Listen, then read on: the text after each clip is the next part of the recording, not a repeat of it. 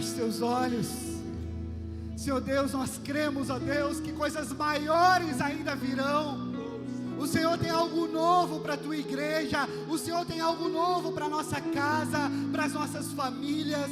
Diante de cada oferta aqui, Deus, diante de cada dízimo colocado diante do teu altar, Espírito Santo de Deus, sonda os nossos corações. O nosso coração é teu, além do nosso dinheiro, o nosso coração é teu. Pai, em nome de Jesus, coloque a tua igreja em um outro nível de prosperidade. Nós sabemos que o Senhor há de prosperar essa igreja pela vida dos teus filhos, pelas famílias dessa igreja. Portanto, Senhor Deus, aqui estão os maiores empresários de Hortolândia, aqui estão os maiores profissionais, os melhores profissionais, os profissionais mais influentes de toda a nossa região. Está aqui, Deus, porque o Senhor está nos levantando nessa noite. O Senhor está levantando algo novo, o Senhor está fazendo algo novo, e nós cremos que 2024 será um ano extraordinário, a qual seremos movidos pelo Espírito Santo de Deus. Aleluia. Se você crê, dê um aplauso ao Senhor. Glória a Deus. Tem crente aí? Dá um aleluia. Dá um glória a Deus. Glória a Deus. Você pode estar perguntando, mas o pastor está aqui, por que esse samurai está aí ministrando? Também não sei, estou brincando. Nosso pastor está se recuperando, ele está 99,9% de uma enfermidade, mas quem vai ministrar o Espírito Santo é o Senhor, né? Eu sou ferramenta, então louvado seja Deus, porque é Ele que se manifesta neste lugar, e é dele, desse altar, que vai sair uma palavra diretamente ao seu coração, amém? Vamos lá, abra sua Bíblia, continue em pé, abra sua Bíblia lá em Jeremias, quase, hein? Bateu na trave, Jeremias 29, quase. Olha só como começa, abra aí, Jeremias 29, versículo 4, eu não vou pedir para você levantar a mão, porque eu vou ler 10 versículos, mas conforme você for recebendo aí, eu quero que você se expresse, né? Você vê que o Luquinha está pegando tudo aqui, ficando em pé. Espero que seja esperto também nessa noite e receba tudo que Deus tem para você. Jeremias 29, versículo 4 até o 14, diz assim: assim diz o Senhor dos exércitos, o Deus de Israel, a todos os exilados que deportei de Jerusalém para a Babilônia: construam casas, habitem nelas, plantem jardins, comam dos seus frutos, casem-se e tenham filhos e filhas, escolham mulheres para casar-se com seus filhos e deem as suas filhas em casamento, para que também tenham filhos e filhas. Multipliquem-se, repita, multipliquem-se e não diminuam, busquem a prosperidade da cidade para a qual eu os deportei, e orem ao Senhor em favor dela. Porque a prosperidade de vocês depende da prosperidade dela, a cidade. Porque assim diz o Senhor dos exércitos, o Deus de Israel: não deixem que os profetas e adivinhos que há no meio de vocês os enganem. Não deem atenção aos sonhos que vocês os encorajam a terem. Assim eles, diz o Senhor dos exércitos, quando se completarem os 70 anos da Babilônia, eu cumprirei a minha promessa por vocês, em favor a vocês, de trazê-los de volta a este lugar, porque eu sou que conheço os planos que tenho para vocês, diz o Senhor, planos de fazê-los prosperar e não de lhes causar dano, planos de dar-lhes esperança e um futuro. Então vocês clamarão a mim, virão orar a mim, e eu os ouvirei. Vocês me procurarão e me acharão, quando me procurarem de todo coração. Eu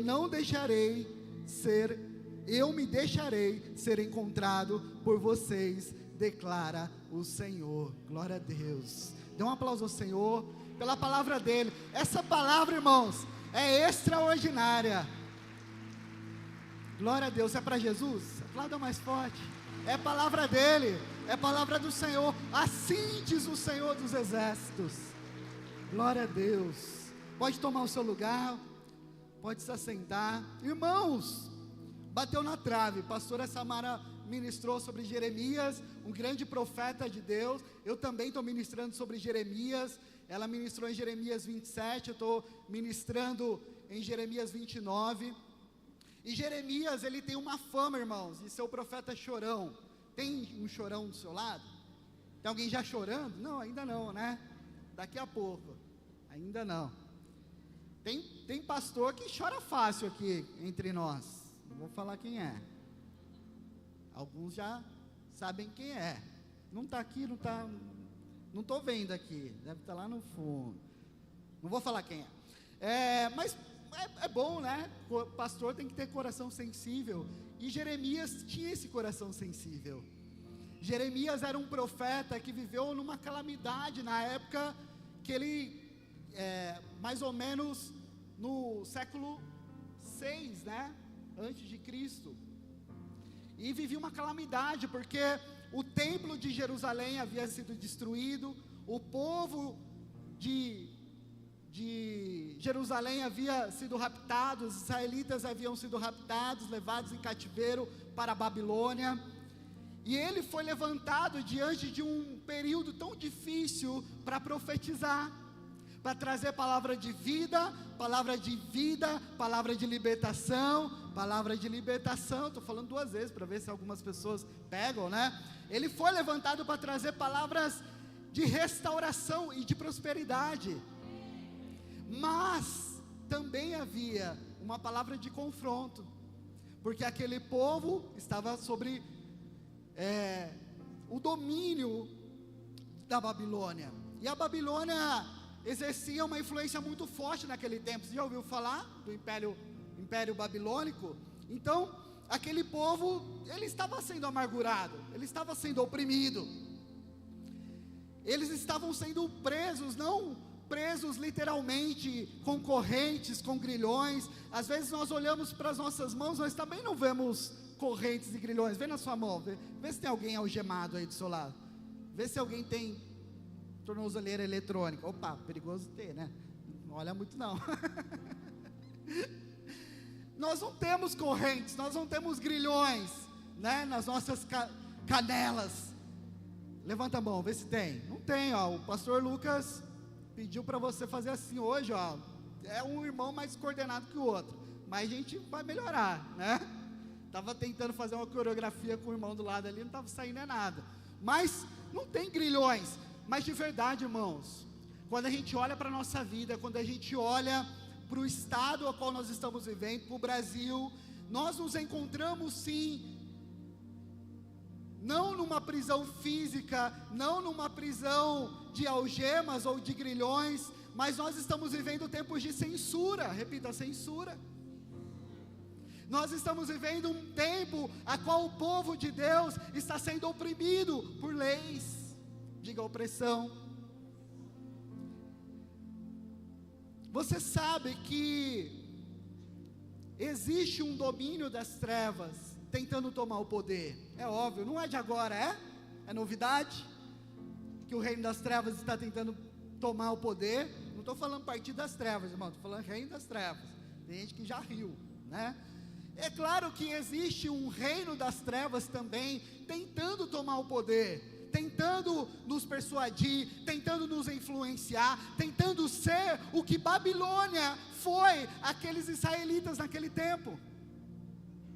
Aquele povo, eles estavam sendo oprimidos, não literalmente, porque não há indícios históricos que o povo de Israel estava sendo escravizado pela Babilônia. Não era uma escravidão.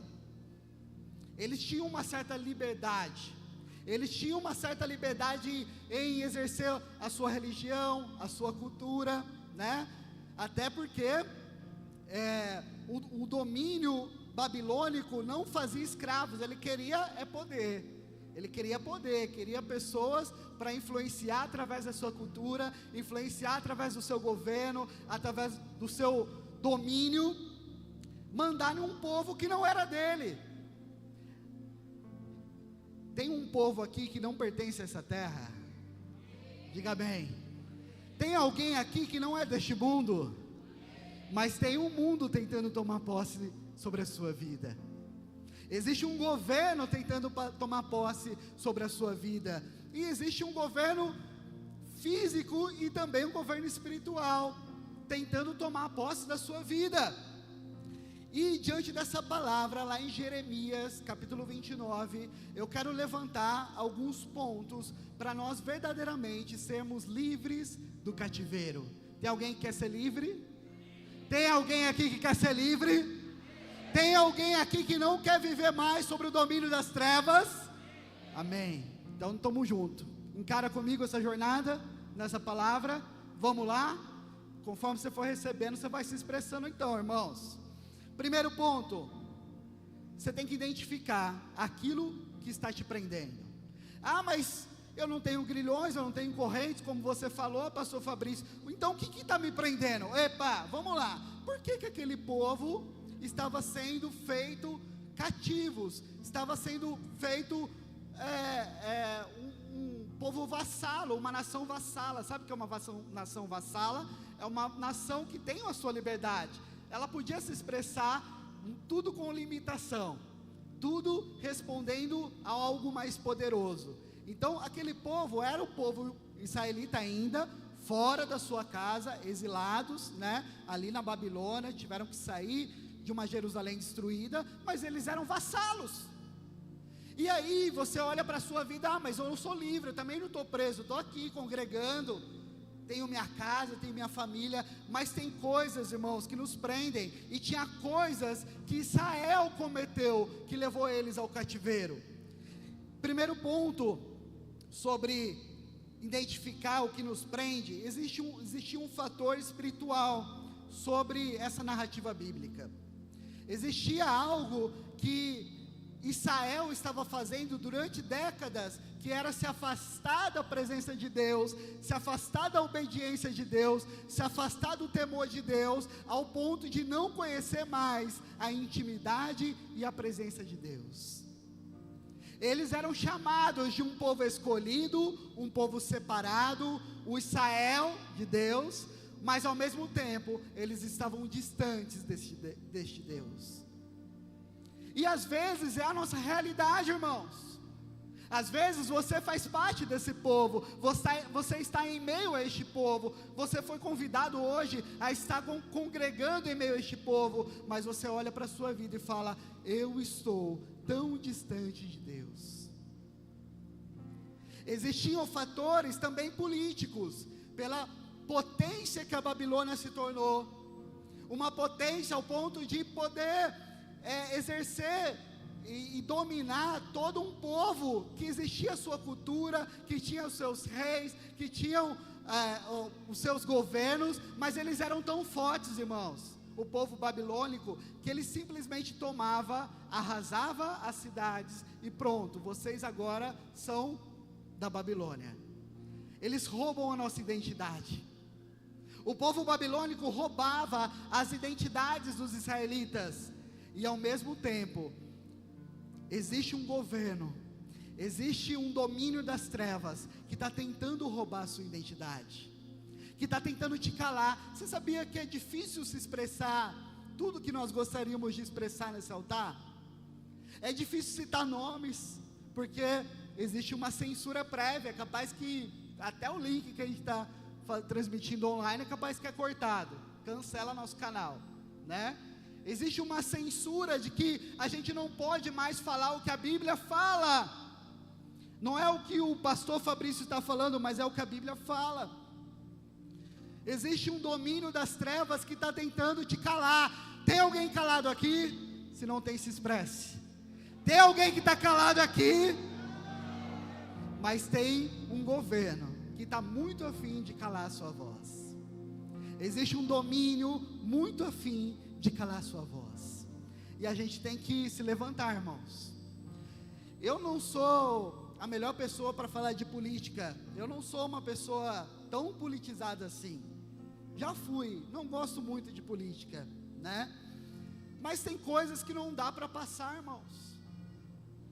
Tem coisas que não dá para aceitar, porque se a gente continuar aceitando, se a gente continuar calado, alguém vai falar por nós, e esse alguém que fala não considera a palavra de Deus. Alguém quer ter a sua voz calada aqui? Não. Ah, bom, pensei que ia falar amém, misericórdia. Alguém quer ter sua voz calada aqui? Pois aquele povo foi calado por 70 anos pela Babilônia. Existia um fator também teológico a respeito de levar o povo cativo de Israel para a Babilônia. Deus precisava que aquele povo voltasse a ter o arrependimento, voltasse a ter intimidade, e essa ida e essa tomada de Jerusalém fez com que o próprio Deus reiniciasse o reino dele. Fala, não, eu preciso reiniciar, né? Você já viu um PC que está muito zoado? Quem tem iPhone aí deve passar por isso, né? Os donos de Android, é nós. De vez em quando você dá uma reiniciada, né? E Deus precisou fazer isso com aquele povo, porque aquele povo estava frio. Aquele povo parecia que estava vivo, parecia vivo, mas estava morto. Tem alguém vivo do seu lado? Toca aí. Está vivo ou está morto? Está vivo ou está morto? Eles pareciam até que estavam vivos, mas na verdade estavam mortos, né? Então, Deus precisou reavivar, Deus precisou desse tempo. Eu creio que em tudo Deus tem um propósito, irmãos. Fala assim: em tudo Deus tem um propósito. Eu creio que o Brasil será levantado como uma nação que levará profetas a essa nação. Eu creio que neste lugar há profetas que serão levados para as nações. Eu creio que através dessa igreja, pessoas de outras nações se renderão ao Senhor. Eu creio que o Brasil também será liberto. Mas nós estamos passando por um tempo de provação. A igreja precisa passar por esse tempo de provação. Nós precisamos muitas vezes ser provados em nossa fé, provados em nossa teologia, provados em nossa palavra. Deus nos prova a todo momento a respeito da nossa fidelidade, da nossa fé. Quem estava aqui na quinta-feira? Estão avivados ou não? Cheio de fogo? Irmãos, nós precisamos vencer a incredulidade. A igreja do Senhor tem uma voz poderosa de autoridade. Cadê a palavra sendo exercida? Cadê a autoridade sendo exercida sobre a nossa nação? Há tantos profetas aqui, mas nós estamos calados, misericórdia. Há tantas pessoas aqui que são levantadas pelo Senhor, mas muitas vezes nos calamos em meio a uma repreensão, em meio a opressão, em meio a uma censura, um ditador judiciário, em meio a um governo que tenta tomar a razão e calar a voz da igreja do Senhor. Misericórdia, irmão, fala misericórdia. Deus tem um propósito, mas nós precisamos nos enxergar que muitas vezes nós estamos em cativeiro, porque Deus tem um propósito para isso, né? E a gente precisa identificar aquilo que nos prende, irmãos. Pensa aí na sua vida, o que tem te prendido? Será que é pecado? Será que é falta de fé? Será que é medo? Será que é incredulidade? O que tem te prendido? Eu gostaria que você fechasse seus olhos agora, no seu lugar.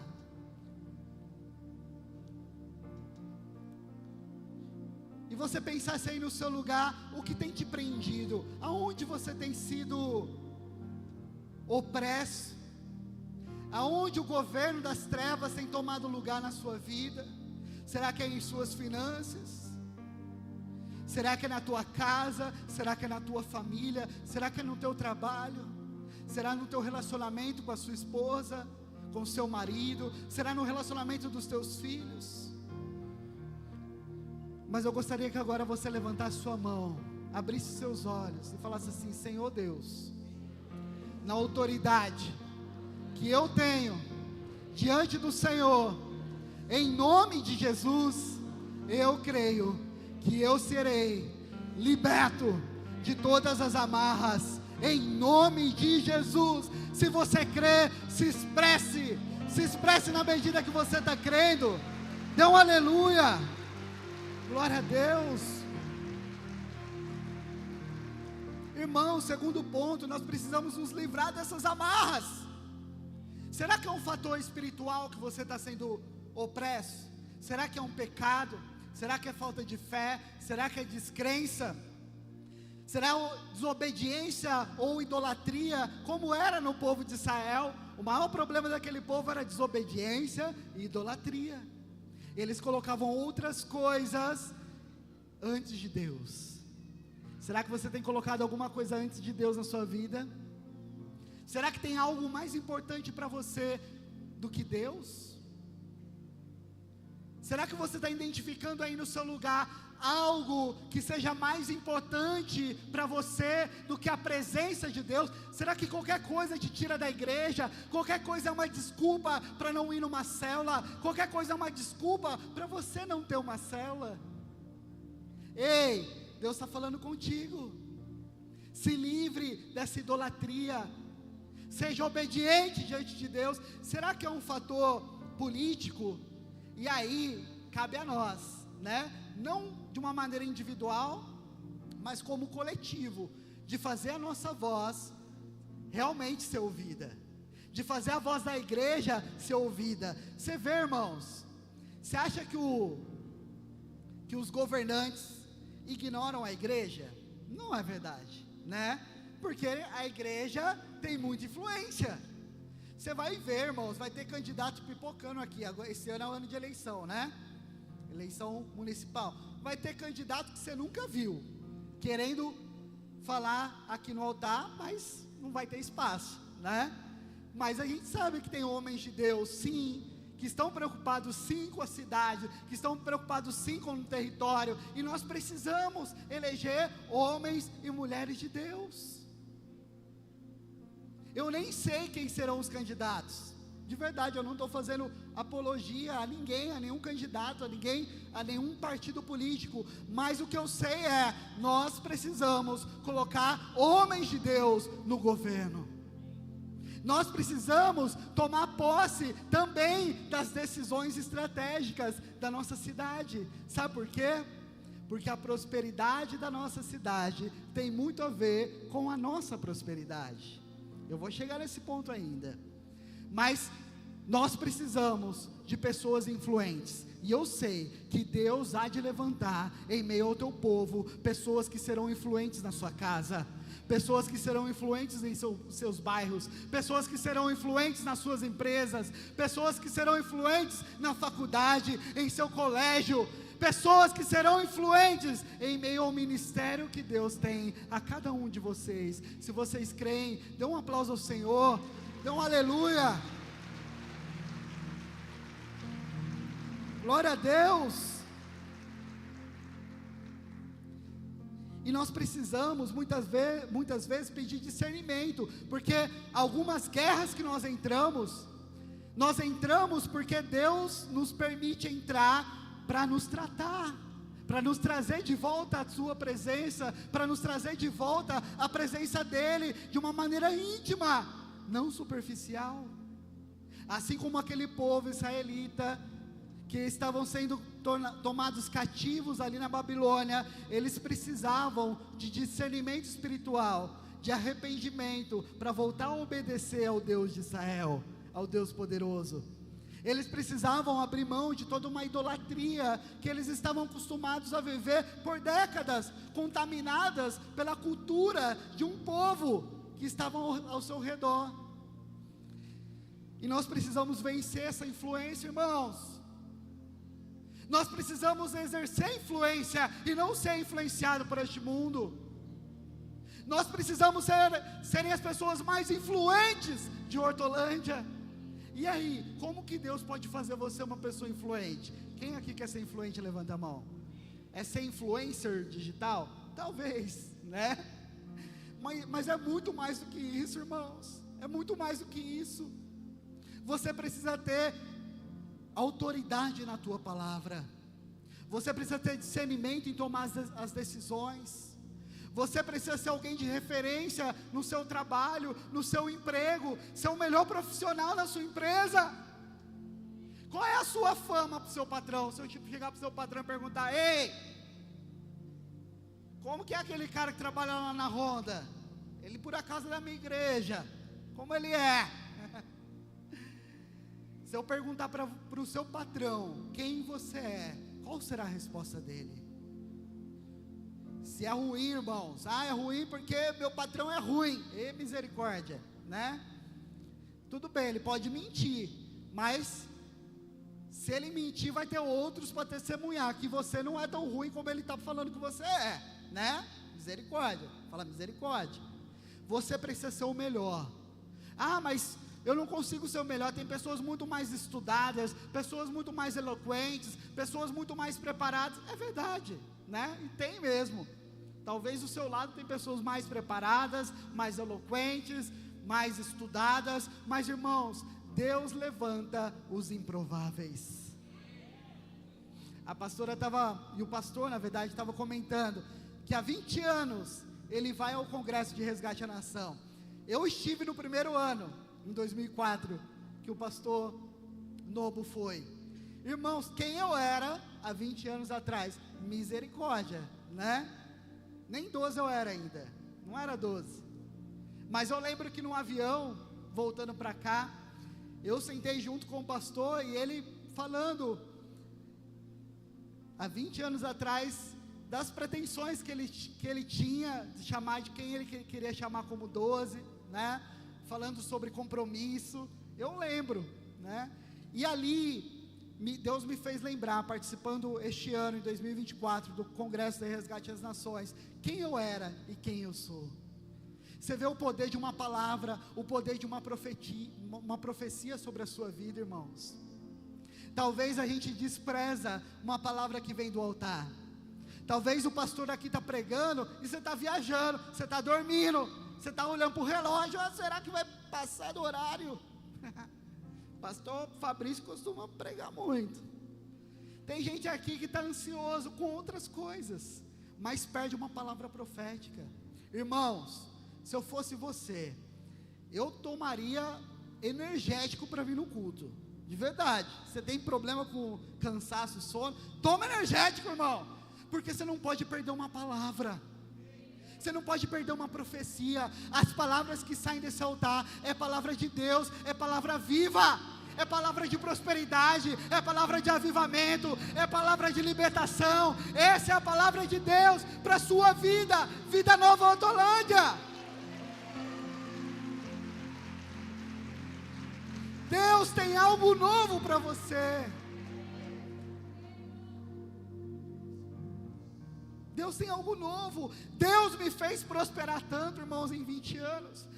Eu lembro que para pagar aquele congresso, que era R$800 na época, agora é um pouco mais caro, né? Era R$800. Eu tive que pedir para o meu pai 10 cheques de R$80,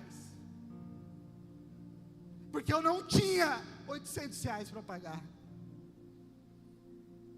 Eu não tinha. Eu não sei se você conhece a minha vida, mas hoje eu tenho muito mais que isso.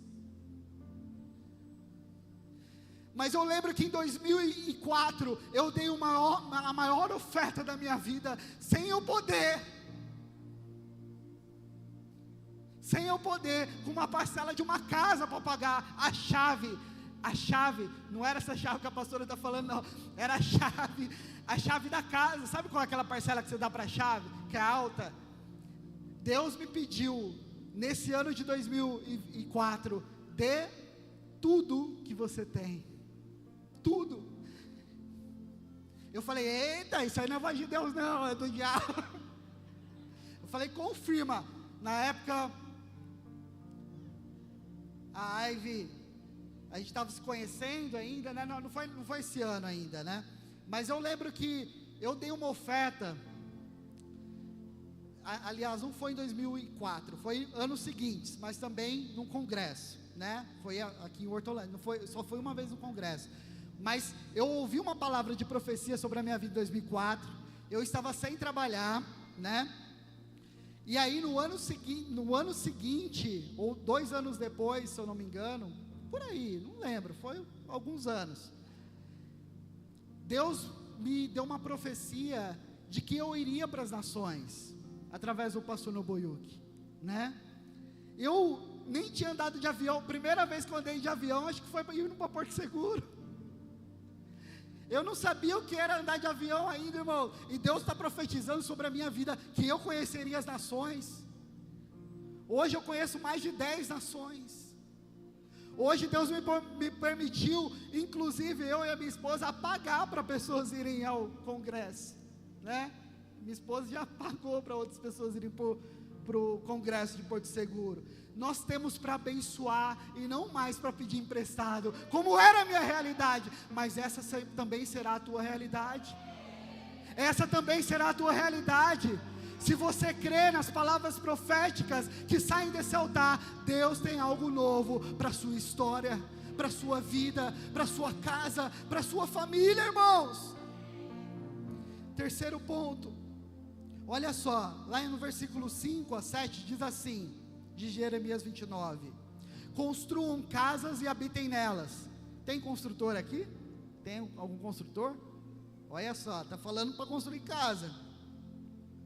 Plantem jardins e comam dos seus frutos, casem-se e tenham filhas e filhas, escolham mulheres para casar com seus filhos e deem as suas filhas em casamento, para que também tenham filhos e filhas. Multipliquem-se e não diminuam. É mandamento, é ordem para a gente se multiplicar, para o povo dele se multiplicar e não diminuir.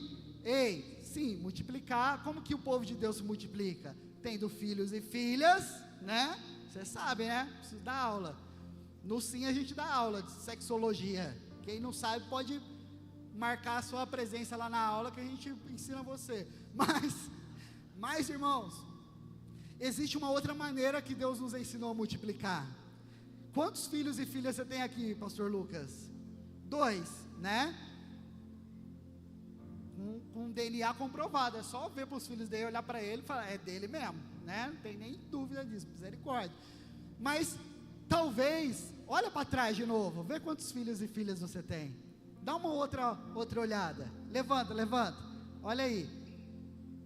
Tem da Atos aqui? Tem alguém da Atos? Olha só, olha quantos filhos você tem, muito mais que 2, né? Glória a Deus, Deus nos ensinou uma outra maneira de multiplicarmos. Deus nos deu uma nova estratégia nesse tempo, para nós nos multiplicarmos. Já ouviu falar de célula? Já ouviu falar de célula? Você faz parte de uma célula, irmão? Pergunta aí, você já foi em alguma célula? Se não foi, já convida. Aí a estratégia. Sabe, olha só essa estratégia de Deus, é a palavra de Deus, né? Deus falando, Ele fala para a gente plantar jardim. Alguém tem jardim em casa aqui? Horta, tem no sobrenome. Horta não é jardim. É sim, pode ser. Horta tem gente no sobrenome. Mas alguém tem jardim em casa? Quem mora em prédio não tem muito, mas dá para fazer ali uma jardineira, né? Olha só, irmãos, a estratégia de Deus para plantar e ter jardim. Por que Deus pede para ter jardim? Deus gosta de jardim? Qual foi o primeiro jardim que Deus criou? O Éden, fala o Éden, ó, tantos teólogos aqui. O Éden, primeiro jardim. Deus fez um jardim para o homem cuidar. Deus ama jardim. Jardim nos remete ao Criador, à criação. E Ele falou: façam um jardim na sua casa, para que vocês lembrem do Deus de Israel, para que vocês lembrem de um Deus vivo, um Deus poderoso, um Deus criador dos céus e da terra. Eu pesquisei, irmãos, isso aqui é conjecturando, tá? Sabe, quando se fala em Babilônia, você lembra de 7 maravilhas, né? Do mundo antigo, e uma das maravilhas, você lembra do jardim suspenso das Babilônias. Alguém já ouviu falar? Existe? Alguém já visitou esse jardim? Não, porque ele não existe mais, né?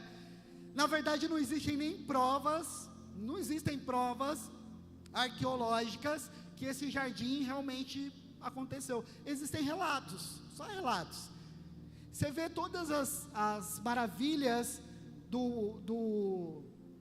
as maravilhas antigas, né, as 7 maravilhas antigas, todas existem, ou existem provas arqueológicas de que existiram, mas o jardim suspenso da Babilônia não tem.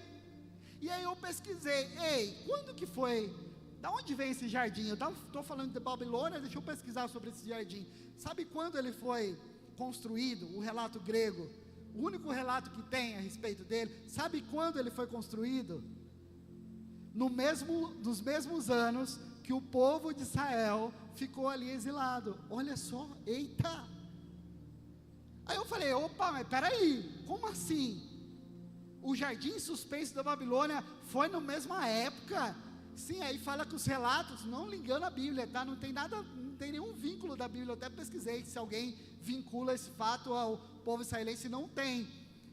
Mas aí eu comecei a conjecturar, não existem provas que também o povo de Israel, né, o povo israelita, não tenha participado da construção desses jardins. Olha só, revelação, irmão, será?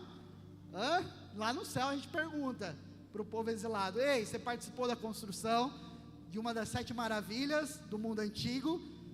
Olha só que doideira, esse versículo pede, Deus pedindo para aquele povo construir jardim, e o jardim suspenso da Babilônia foi construído nos mesmos anos.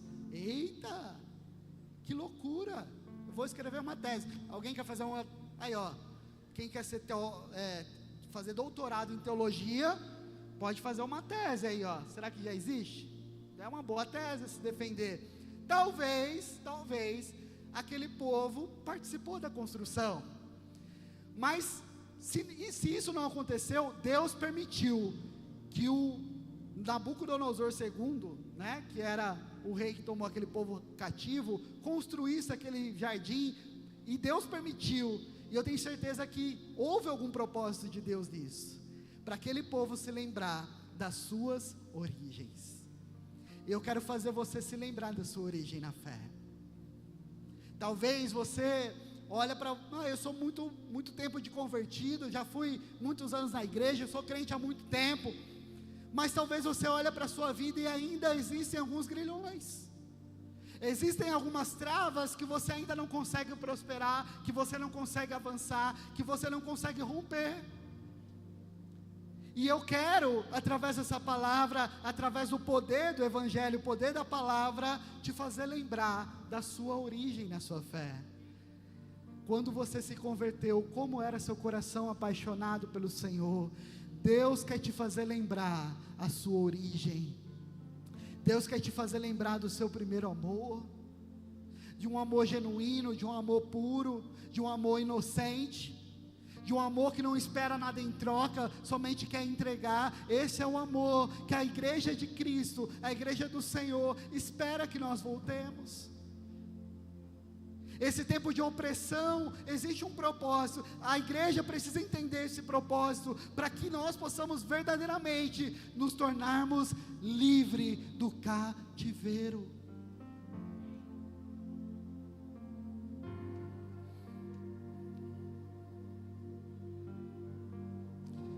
No versículo 10, na parte B, ele fala assim: eu cumprirei a minha palavra em favor de vocês, de trazê-los de volta a este lugar. Está falando de Jerusalém. Se naquele tempo, no século 6 a.C., existia um cativeiro, existia uma Babilônia, e existia também Jerusalém destruída, mas existia uma Jerusalém. Deus quer te fazer lembrar que ainda que nós estejamos vivendo um tempo babilônico, uma nova Babilônia tentando tomar o poder, tentando calar a igreja, existe uma nova Jerusalém. Existe um lugar onde Deus quer te levar, onde Deus tem para mim e tem para você. E eu quero pedir para você se colocar em pé agora.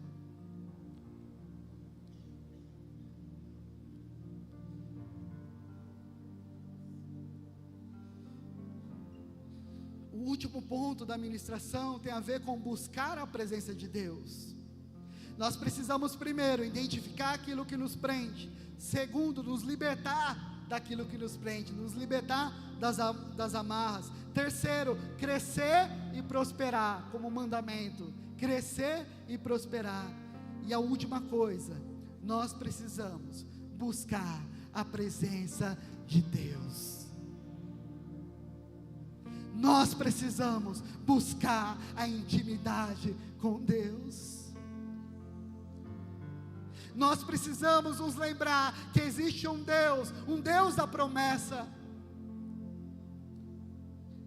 E lá no versículo 11 diz assim: porque eu sou um Deus que conheço os planos que tenho para vocês, diz o Senhor, planos de fazê-los prosperar, planos de dar-lhes de não causar dano algum, planos de dar-lhes esperança e um futuro. Tem alguém aqui?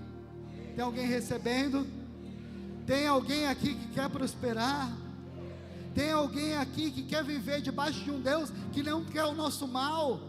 Tem alguém aqui que quer esperança e um futuro? Verso 11: então vocês clamarão a mim, virão orar a mim, e eu os ouvirei. Então vocês vão orar, e eu estarei com meus ouvidos abertos, a ouvir o teu clamor, a tua voz. Vocês me procurarão e acharão, quando me procurarem de todo o coração. Tem alguém aqui que quer estar mais perto de Deus, que quer encontrar esse Deus vivo e Deus poderoso, esse Deus de misericórdia, esse Deus único? Tem alguém aqui que quer viver novos planos, algo novo diante de Deus? Pois você vai orar agora. A tua voz vai ser uma voz de clamor, uma voz de oração, uma voz a qual Deus ouvirá, e Deus irá te libertar de todo cativeiro, de toda amarra, de toda dor, de toda opressão, de todo medo, de todo estresse, de toda depressão, de toda raiva, de toda incredulidade. Deus vai te libertar nessa noite. Ele vai ouvir a tua voz, mas você precisa clamar. E nós vamos, antes de clamarmos, nós iremos adorar o Senhor.